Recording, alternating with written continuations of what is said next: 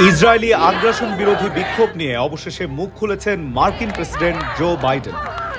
তিনি বলেন, গণতন্ত্রের বিরোধিতা থাকবে, কিন্তু বিরোধিতা মানে সহিংসতা নয়। বিরোধিতা যেন বিশৃঙ্খলার দিকে না যায়।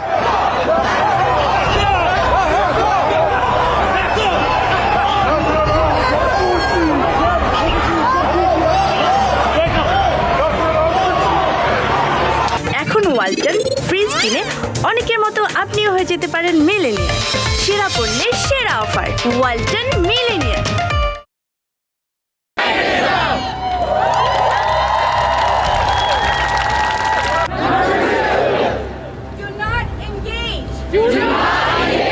তিনি আরও বলেন, আমরা স্বৈরাচারী দেশ নই যেখানে আমরা যাবতীয় বিরোধীকে চুপ করিয়ে দেব।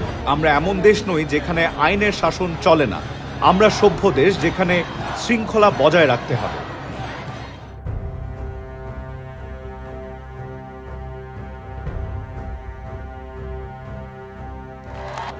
বাইডেন আরও বলেন, আমেরিকায় ইহুদি বিদ্বেষের কোনো স্থান নেই। ইহুদি শিক্ষার্থীদের ভয় দেখানো যাবে না। তাদের বিরুদ্ধে সহিংসতার হুমকি দেওয়া যাবে না।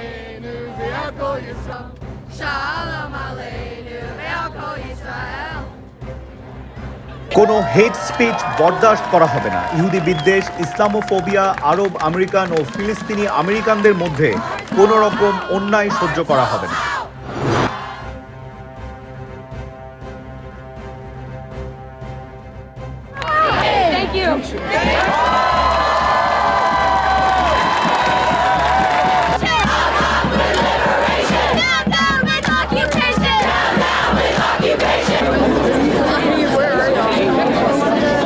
এই বিষয়ে ইসরায়েলের প্রেসিডেন্ট বেনিয়ামিন নেতানিয়াহু বলেছেন, যুক্তরাষ্ট্রের সেরা শিক্ষা প্রতিষ্ঠানগুলো এখন ঘৃণা ও ইহুদি বিদ্বেষে কলুষিত হয়ে গেছে।